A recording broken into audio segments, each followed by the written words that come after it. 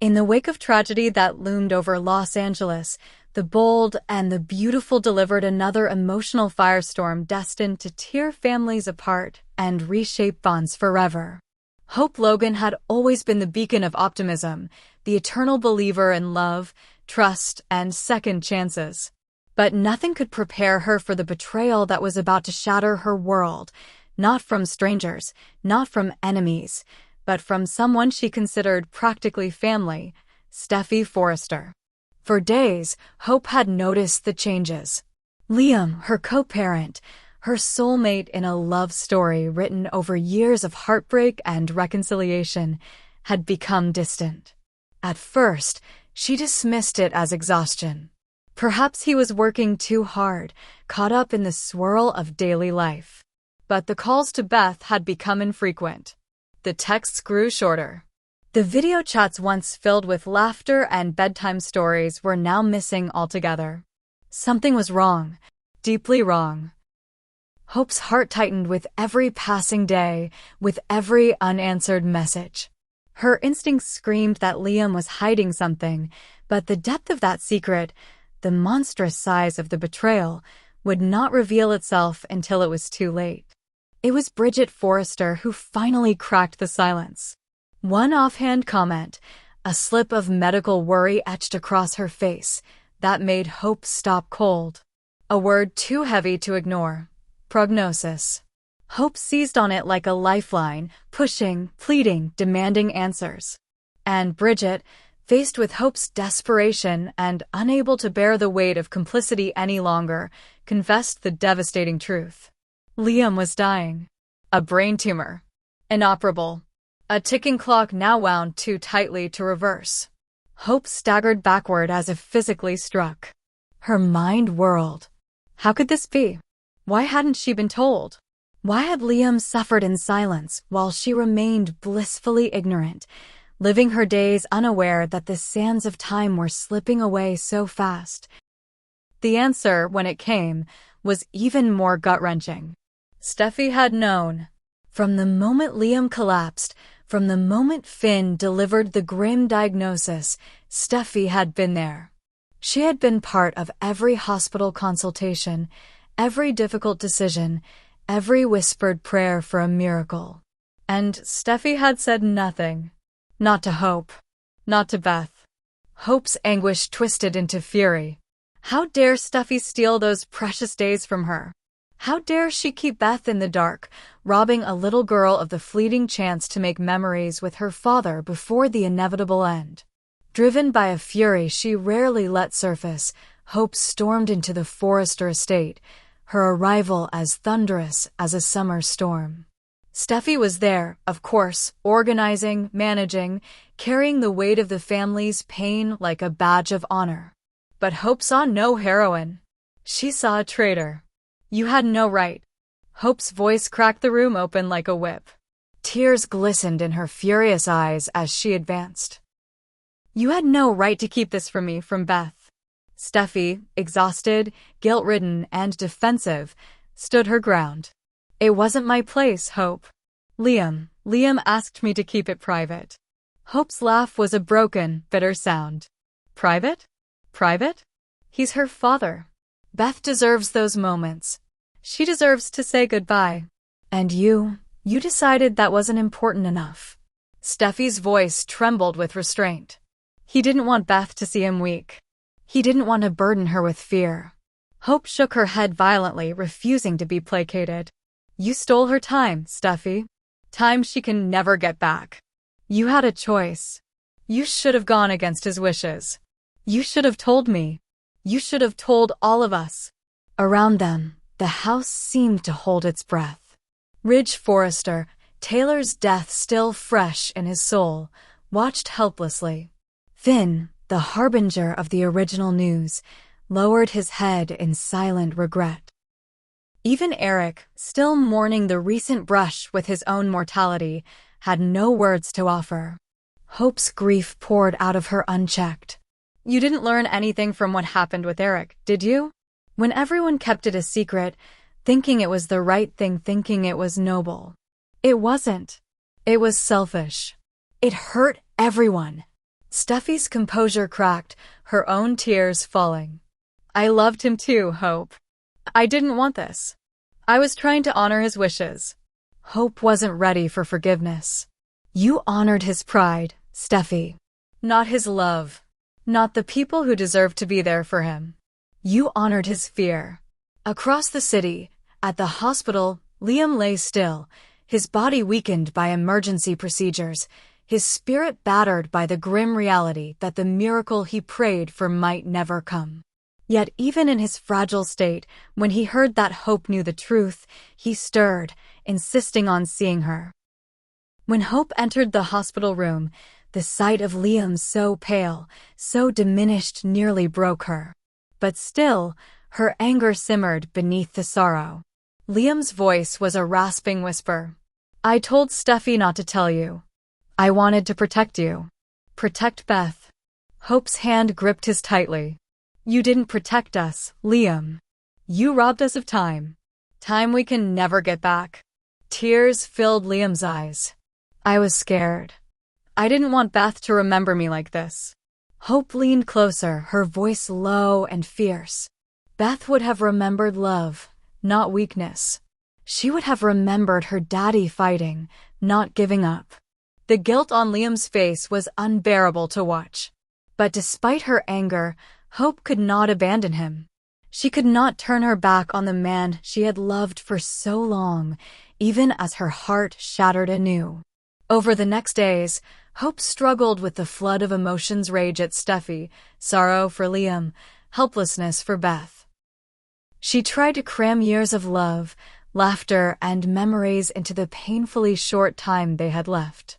She brought Beth to visit, weaving magical stories, taking pictures, singing lullabies that trembled on her tongue because she knew that soon they would be all that remained.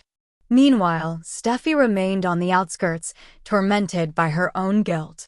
She knew she had made the choice Liam had begged her to make. But seeing the devastation her silence had caused, seeing the rift that now yawned between her and Hope, left her adrift, unsure if she had chosen right or wrong. Finn stood by her, offering support, but even he could not heal the widening wounds. Tensions boiled hotter as the days passed. Hope refused to include Steffy in Beth's visits. She barely acknowledged Steffy's presence at the hospital, cutting her out of conversations, blocking her from decisions. It was a cold war fought with glances, with avoidance, with words left unsaid. And yet, amidst all the pain, life continued to march forward with brutal indifference. A new round of tests brought more grim news. Liam's condition was deteriorating faster than anticipated. Bleeding in his brain had worsened. The timeline they thought they had weeks, maybe months, was now measured in days. Faced with the inevitable, Hope's fury began to burn itself out, replaced by a deep, aching sorrow. She knew the truth. Blame would not change anything. Nothing would give Beth more time. Nothing would undo the choices made.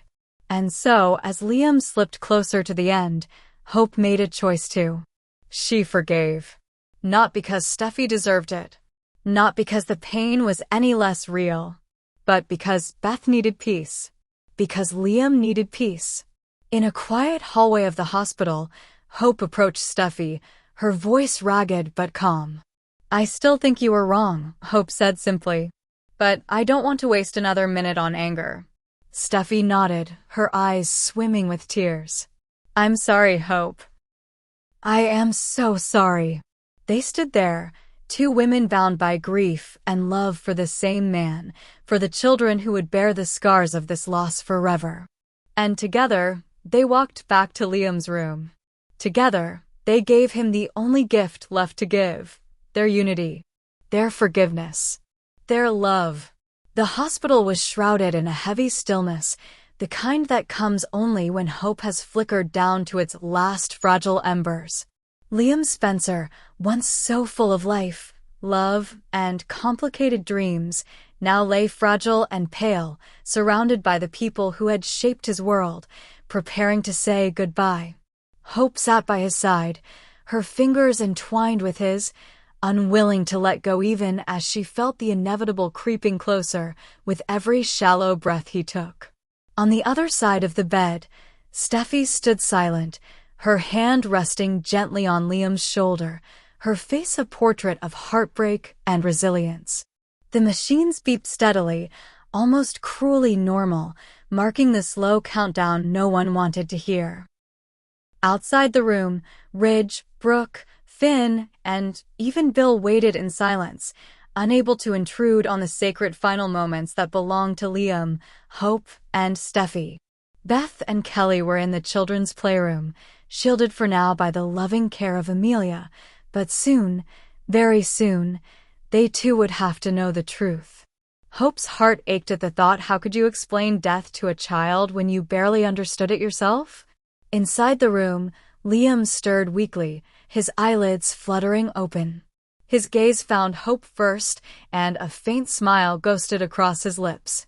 "Hey, beautiful," he rasped. Hope blinked back tears, forcing a smile. "Hey, yourself." His gaze shifted slowly to Steffi, and another weak smile appeared. "You're here," he whispered. "Always," Steffi choked out, her voice thick with emotion. Liam's hand, shaking, reached for both of theirs. Hope and Steffi leaned in, each taking one hand, forming an unbreakable chain of love and sorrow around him. "I'm sorry," Liam whispered. "For everything." Hope squeezed his hand gently. "There's nothing to be sorry for. We love you." Steffi nodded, tears streaming down her face.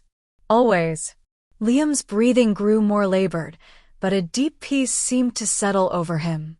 His next words were barely audible, but they burned themselves into their hearts forever. "Tell Beth, tell Kelly. Daddy loves them. Always will. Even when they can't see me." Hope bent forward, pressing a soft kiss to Liam's forehead. "I promise," she whispered. "They'll always know." Steffi followed, her hand brushing Liam's hair back gently, her lips trembling against his temple. "You'll always be with them, Liam.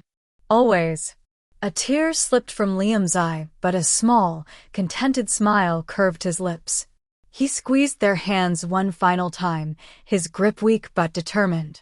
And then, slowly, Liam Spencer took his last breath, his spirit slipping away surrounded by the two women who had loved him most in the world. Hope sobbed silently, clutching his hand to her chest, rocking slightly as if willing him to come back. Steffi turned away, pressing her fists against her mouth to muffle her cries, her shoulders shaking with grief. The machines flatlined. Nurses entered quietly, respectfully, giving them time. Finn placed a hand on Hope's shoulder, another on Steffi's back, anchoring them as they shattered in grief. Later, when the sun began to dip low against the Los Angeles skyline, casting long shadows across the hospital walls, it came time for the hardest task of all. Telling Beth and Kelly. Hope and Steffi sat side by side on the small playroom couch, their hands tightly clasped for strength neither woman truly had anymore. Beth climbed into Hope's lap, her bright eyes looking up innocently. Kelly nestled against Steffi, sensing the sadness, but not understanding it yet. Hope stroked Beth's hair slowly, her heart breaking with every word she knew she had to say. "Sweetheart," Hope began gently, "we need to tell you something very important about Daddy." Beth blinked up at her, her small hands clutching Hope's shirt. Steffi continued, her voice trembling but steady. "Daddy was very sick. Remember when we told you he was getting help?" Beth nodded slowly. Hope's lips trembled. "The doctors tried very hard, baby. And Daddy tried so hard too.